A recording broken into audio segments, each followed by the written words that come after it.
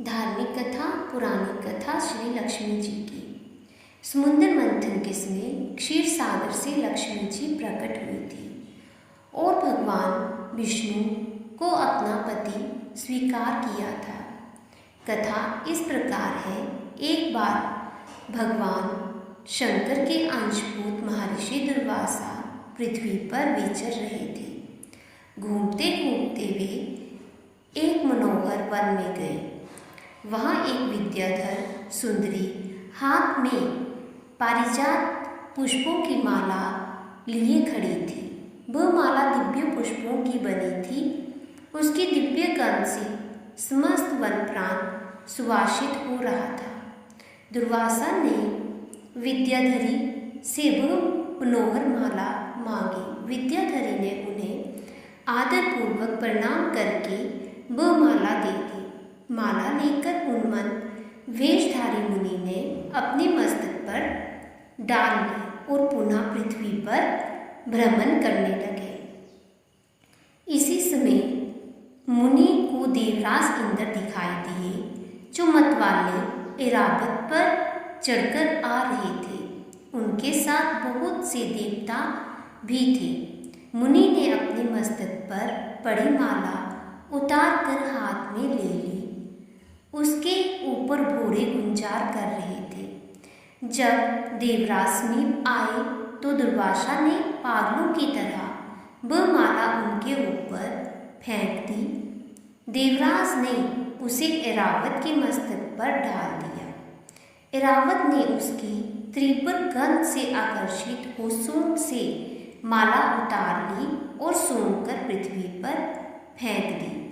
ये देखकर दुर्वासा क्रोध से जल उठे और देवराज इंद्र से इस प्रकार बोले, अरे ओ इंद्र, ऐश्वर्य के घमंड से तेरा हृदय दूषित हो गया है। तुझ पर जड़ता छा रही है। तभी तो मेरी दी हुई माला का तूने आदर नहीं किया है। वह माला नहीं, श्री लक्ष्मी जी का धाम थी। माला लेकर तूने प्रणाम तक नहीं किया। इसलिए तेरे अधिकार में स्थित तीनों लोकों की लक्ष्मी शीघ्र ही अदृश्य हो जाएगी।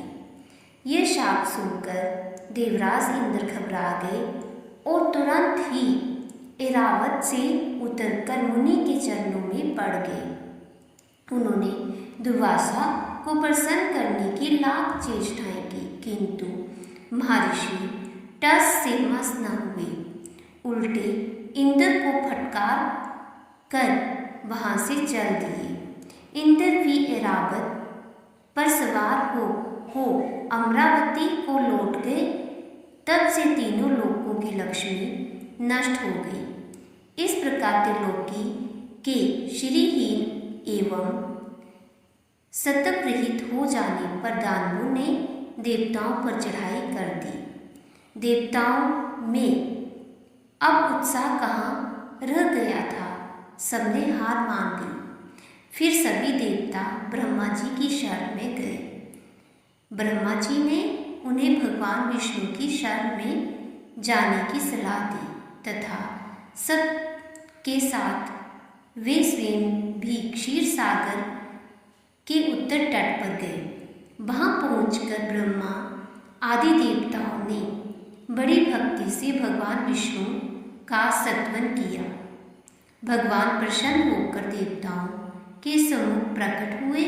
उनका अनुपम तेजस्वी मंगलमय विग्रह देखकर देवताओं ने पुनः स्तवन किया। तत्पश्चात भगवान ने उन्हें क्षीर सागर को मथने की सलाह दी और कहा, इससे अमृत प्रकट होगा। उसके पान करने से तुम सब लोग अजर अमर हो जाओगे, किंतु यह कार्य है बहुत दुष्कर। अतः तुम्हें दैत्यों को भी अपना साथी बना लेना चाहिए। मैं तो तुम्हारी सहायता करूँगा ही। भगवान की आज्ञा पाकर देवगण दैत्यों से संधि करके अमृत प्राप्ति के लिए प्रयास करने लगे। वे भांति भांति की औषधियाँ लाए और उन्हें क्षीर सागर में छोड़ दिया। फिर मद्राचल पर्वत को मथानी और बासुकी नागराज को नेति रस्सी बनाकर बड़े वेग से समुद्र मंथन का कार्य आरंभ किया। भगवान ने बासुकी की पूंछ की ओर देवताओं को और मुख की ओर दैत्यों को लगाया। मंथन करते समय बासुकी की निश्वासाग्नि से झुलसकर सभी दैत्य निस्तेज हो गए और उसी निश्वास वायु से विक्षिप्त होकर बादल बासुकी की पूंछ की ओर बरसते रहे, जिससे देवताओं की शक्ति बढ़ती गई।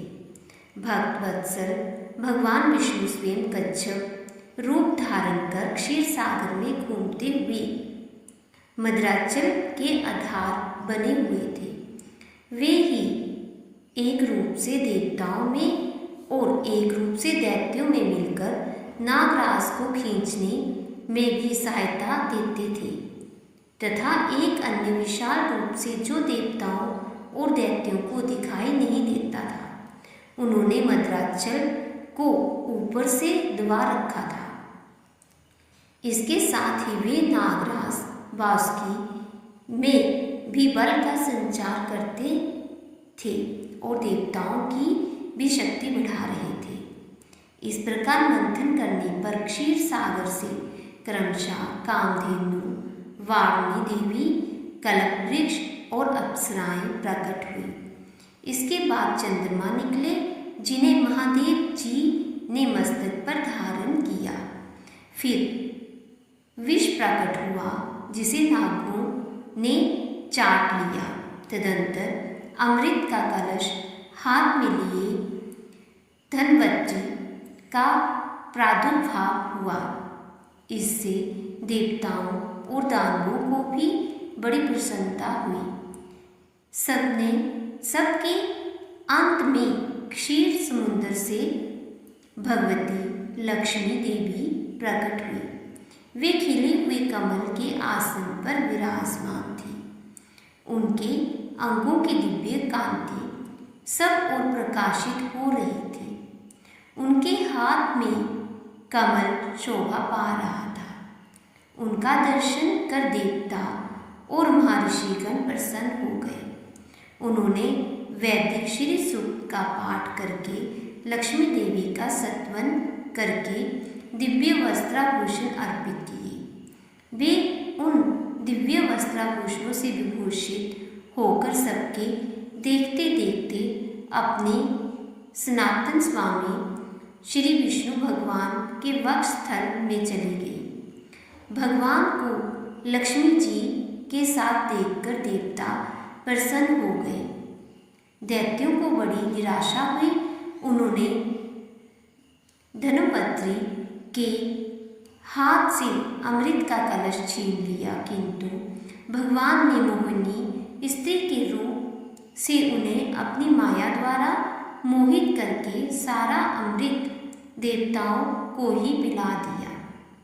तदंतर इंद्र ने बड़ी विनय और भक्ति के साथ श्री लक्ष्मी जी ने देवताओं को मनोवांछित वरदान दिया।